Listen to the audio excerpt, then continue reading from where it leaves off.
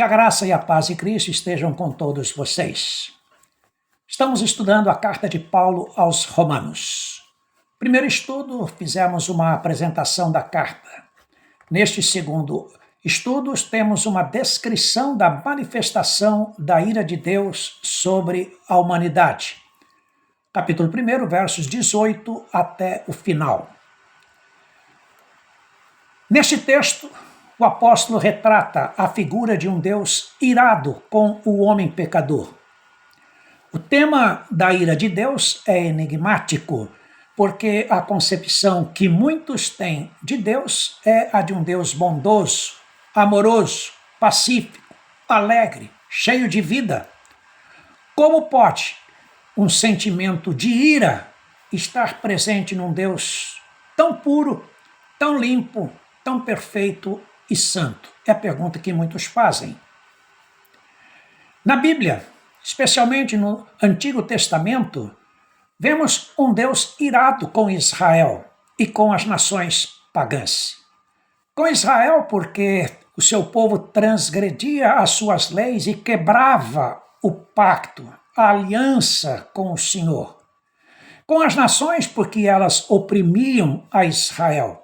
Basta lembrar do que fizeram os filisteus, os amonitas, os moabitas, os egípcios, os sírios, os assírios, os caldeus e outros.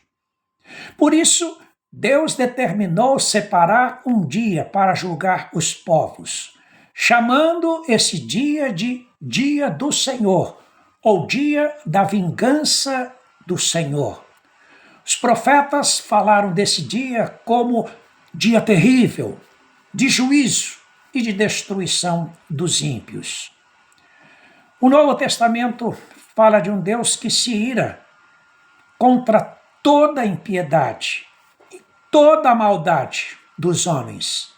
A ira é derramada sobre os filhos da desobediência.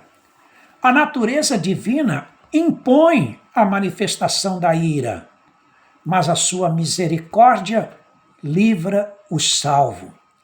A compaixão divina ensina o homem a não se vingar, mas deixar a ira por conta de Deus, que é justo juiz. O temor de Deus constrange o crente a andar nos seus caminhos, para que ele não seja alvo da ira divina. Enfim, a Bíblia toda fala da ira de Deus.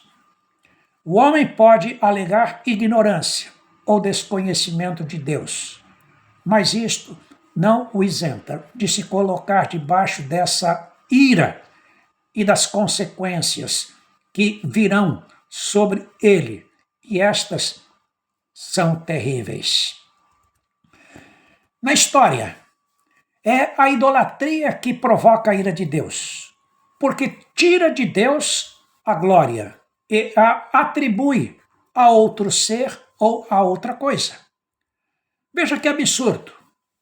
Deus se manifestou ao homem desde o princípio, pelas obras da criação, tanto na natureza quanto na humanidade.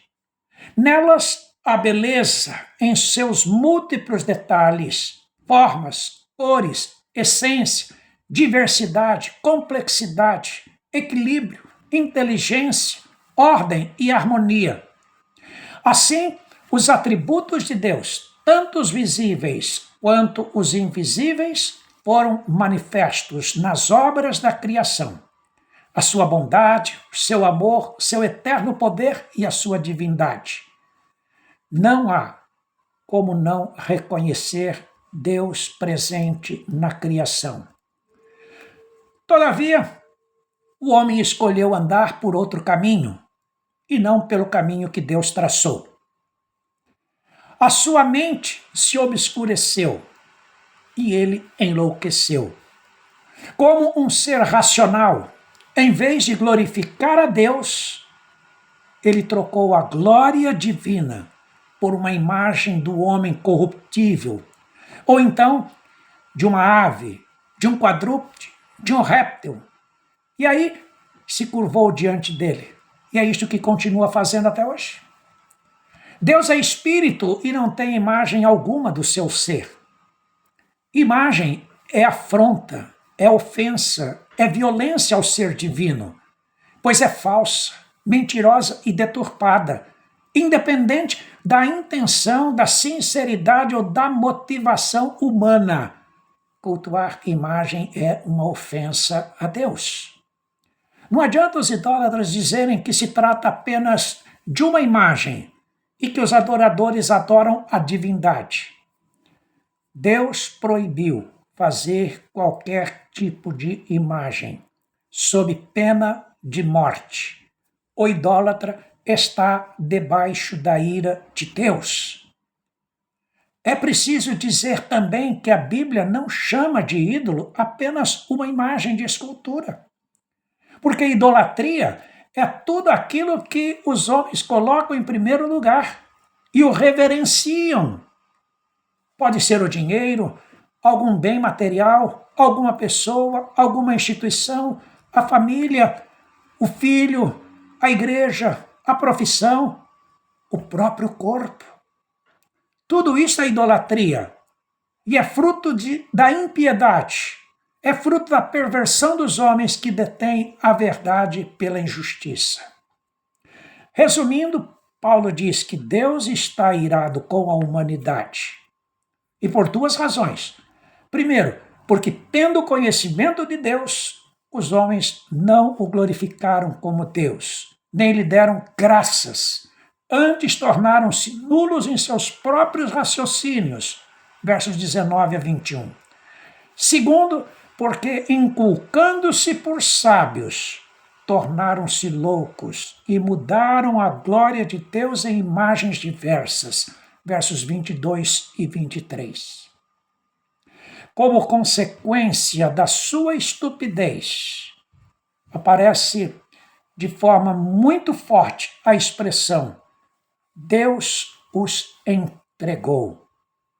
Vejam, Deus os entregou a 3 situações horríveis. Primeiro, a imundícia, a impureza, a brutalidade, a imoralidade. Todo tipo de desejos malignos em seus corações, não se importando com a desonra dos próprios corpos, com seus nomes, com seu caráter, versos 24 e 25.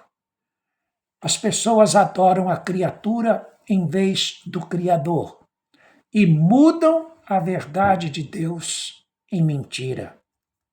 Segundo, Deus os entregou a paixões infames, na medida em que mudam o modo natural das relações íntimas em perversões, em torpezas. É mulher com mulher, é homem com homem. Versos 26 e 27. Aqui está a inversão de valores. O inconcebível com roupagem de aceitável. A hipocrisia travestida de engano, a coisa pervertida ou vergonhosa, sendo agora honrada. Terceiro, Deus os entregou a uma disposição mental reprovável para praticarem coisas inconvenientes. Versos 28, 29, 30 e 31. As consequências descritas pelo apóstolo não são apenas consequências naturais, mas consequências espirituais. As 3 são antecedidas pela frase Deus os entregou. Há, portanto, uma ação direta conduzida pelo Criador para que o homem ou os homens recebam no corpo e na mente a punição pelos seus atos vergonhosos. Perceberam quão sério é esta questão? A escolha pela impiedade e pela idolatria é perigosa demais. O ser humano não tem noção do que é brincar com Deus. Lembrar de Gálatas 6:7, que diz que com Deus não se brinca. O homem está cada vez mais ignorante, irracional, bruto, insensível, confuso, avarento, rebelde, violento, mentiroso, traidor, infiel. Deus estabeleceu limites para ele e ele ultrapassou a todos esses limites. Quando os princípios divinos são transgredidos, as consequências são inevitáveis. Momentaneamente, o pecado pode ser agradável, porém, quando a podridão moral vem à tona, revela que o homem é muito mais miserável do que ele julga ser. Romanos 1,32 diz: Ora, conhecendo eles a sentença de Deus, de que são passíveis de morte os que tais coisas praticam, não somente as fazem, mas também aprovam os que assim procedem. Cuidado com a sutileza maligna da propaganda enganosa. Para o mundo, pode ser bonito e moderno o que fazem, mas diante de Deus é imoral e pecado. Eventos públicos grandiosos exaltam e promovem a carnalidade. Os ídolos são exemplos de indecências. Deus não deixará impune o pecado de ninguém. Finalizando, hoje o caos moral é chamado de modernidade, de avanço, de quebra de tabus, quebra de preconceitos, de abandono das tradições arcaicas, de direito à liberdade. O errado tornou-se certo. O importante é ser feliz. Não existe mais censura. Mas o Deus Santo, justo e bom, está de olho em tudo, pronto para punir o pecado, mas também pronto para salvar o pecador. O propósito divino de entregar tais homens ao pecado para sofrerem as consequências dos seus atos não visa o mal definitivo, mas revela o conteúdo principal do Evangelho de Cristo, fazer com que o homem experimente no seu corpo o pior que existe do pecado e entenda que só quando ele se arrepende dos seus pecados e se volta para o Criador por meio da pessoa de Jesus Cristo, ele encontra o seu amor, a sua salvação, a paz no coração, a alegria e o sentido para a vida. Jesus é o nosso único e suficiente Salvador e Senhor, o único mediador entre Deus e os homens, aquele por meio de quem podemos adorar a Deus. Esta é a chamada do Evangelho de Cristo. Este era o Evangelho que Paulo pregava. E esta também é a nossa oração, e este é o nosso ministério: chamar homens pecadores de volta para Deus.